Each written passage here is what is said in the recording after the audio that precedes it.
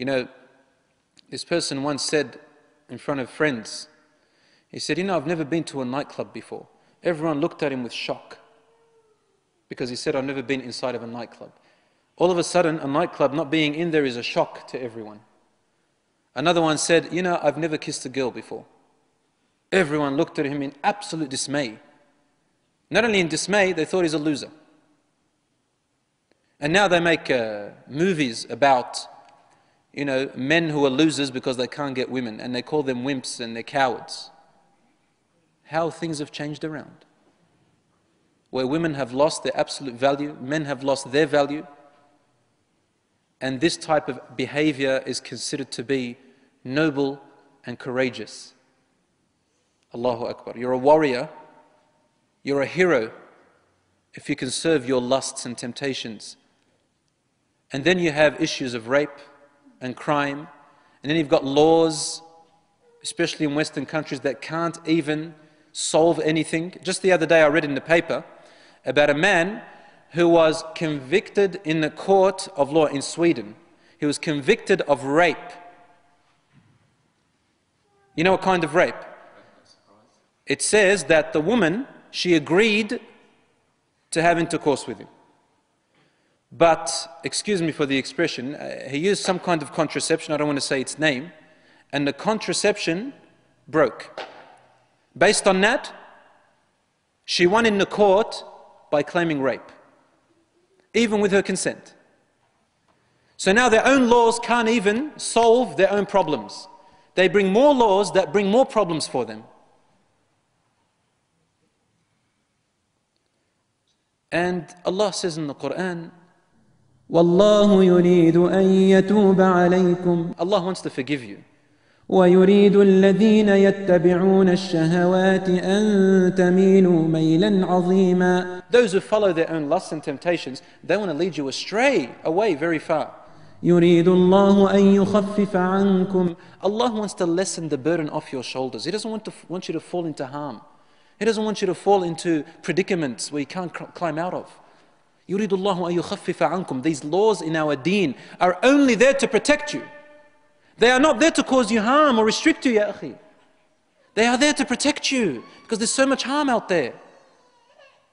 وَخُلِقَ الْإِنسَانُ ضَعِيفًا. Allah also tells us, follow my laws because you're weak. You're weak. Pass them and follow my guidance. I'm there for you. Like what your father and mother do. To keep you away from fire, keep you away from harm. They restrict you and place boundaries around you. We need boundaries from Allah, otherwise we fall into harm. And then there's AIDS, and there's HIV, and there is unwanted pregnancies by girls who are only 13 years old, 13, 12, 13. And what happens to the child? They put up for adoption. The child grows up without a father or mother. What oppression! What oppression!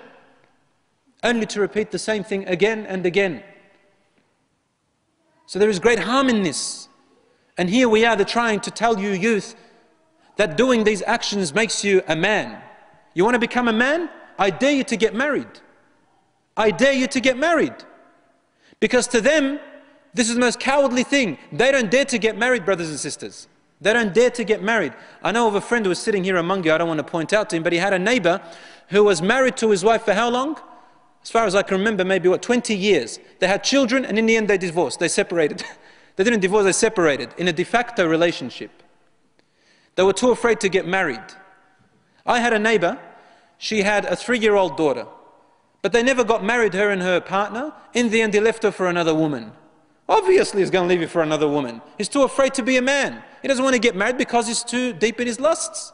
And then turns around and she says, men, they're only after their ego. Of course, why did you take a man like that? Allah gave us conscience. Allah gave us guidance in our brains to think with. And so Allah forbids us from these things because not to bring us harm. And you know what's sad? Unfortunately, 80% of the time, majority of the time, women are the victims. Women are the victims in this situation. So you can see it's reversed now. What does the man want? The man wants to use and abuse the woman. Use and abuse the woman. And you know what? If these young girls were able to look inside and read what's in the mind of young men these days, well, I don't think any of them will even hang around as much as 10 kilometers away from a man, close to a man. They wouldn't want to. But the men, they like to deceive women, wicked men. They like to deceive women, wicked men, non-God-fearing we're talking about. And then you get this poor woman who thinks that, he's my boyfriend. We're going to stroll in, this is the image she has in her head. We're going to stroll in the park. He's going to pick up a daffodil and give it to me. Or a rose. Hand in hand together. And then we're going to wait until the sun sets. And the birds chirping around us in this beautiful park. Poor thing. This is what she thinks, right? But the man is thinking about one thing. And he's going to tolerate all of that until he gets to it. I'm talking about men with diseases in their heart, and there are many of them today.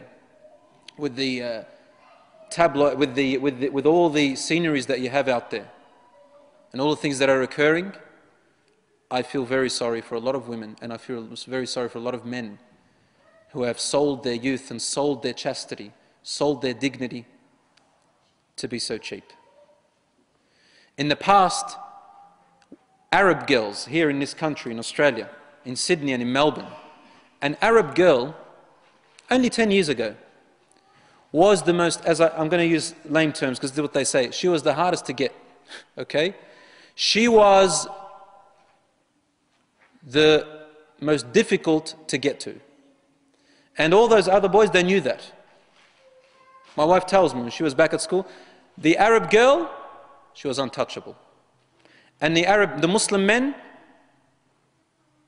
they used to always protect them. So they had ghira on their sisters in Islam. Wallahi, it is great sorrow. Only now, 6 years ago, I've been going to Sydney back and forth and in Melbourne, and these are the stories I'm hearing. Our girls are out there throwing themselves at the men, throwing themselves. And now the men are pushing them away. From where Allah put us, put our sisters to where they become like trash, cheap, because she wants some attention. And I say, subhanallah, to these men who pick on women who don't put their hijab on. They say, it's her fault, it's her fault. You come to a man and say, well, it's her fault. This is some culture we have, where boys are allowed to go out with the girl, do whatever he wants, because it's the girl's fault. Did you not know that in the Quran, Allah subhanahu wa ta'ala addresses the man first? In relation to this type of relation, He says, قُلْ لِلْمُؤْمِنِينَ male, masculine term. قُلْ لِلْمُؤْمِنِينَ يَغُضُّ مِنْ أَبْصَارِهِمْ. Tell the believing men to cover their gaze, to guard part of their gaze, meaning not to use their gaze too much. Then He says, وَقُلْ لِلْمُؤْمِنَاتِ يَغْضُضْنَ مِنْ أَبْصَارِهِنْ. And then say also to the women, believing women, to guard part of their gaze. وَيَحْفَظْنَ فُرُوجَهُنْ. And to guard their chastity. وَلَا يُدْنِينَ زِينَتَهُنَّ إِلَّا لِبُعُولَتِهِنْ. And not to reveal their adornments and their beauty except to their husbands, or to those whom they cannot marry, like her father, her brother, and other women. That's okay, in order to protect her own chastity. But Allah addresses the man first. So hijab actually applies to the man before the woman. Because hijab is not about a scarf on the head, habibi. Hijab doesn't mean scarf. A lot of people who say hijab, I'm going to wear the scarf soon. Scarf is not hijab, habibi. Scarf is just covering the hair, not revealing the body and covering the hair. You see them walking out with tight clothing, mashallah, and then she's got a little scarf on her head, mashallah. They calls it hijab. This is not hijab. Hijab is protection and veil. And for the man there is a protection and veil. The veil is their behavior. And the man also has a modest dress code as well. But hijab not only is in clothing but also in behavior. In fact, there is a greater emphasis on hijab in the behavior and attitude than there is on clothing in the Quran and in the Sunnah, ya ikhwan. So much about talking about the voice, about the socializing, how far you can go, about the manner that you walk, the way that you seclude yourself, the way you gaze at people, the way you present yourself. All of this is part of hijab, and clothing is only one little portion of it all. So my dear brothers and sisters, don't fool yourselves. Hijab to both areas. And that way you will guard yourself, guard your mothers, guard your sisters, guard your daughters, guard your wives, and guard yourselves. I know of some sisters who got fooled by the shaitan. They saw their brothers going out and doing what they want to do, and then what happens to the girl? as she grew up with her foolish, weak brain, and obviously with parents who don't know how to raise their children, she began to want to do what her brothers do. So she began to meet some girls who were corrupt, and she'd wait for the night. Her parents would think she's asleep and go out of her window with her friends, until finally she was raped. And this is one incident out of many. But the other incidents are, because you see, she goes out, someone spikes her drink, and what happens to her? And some of them, they are convinced that this is what they should do. These girls think that this is what they should do. Allahu Akbar. They become slaves to society. Slaves. And they call hijab slavery? This is an independent woman who doesn't want all of that. She has guarded herself from all of this.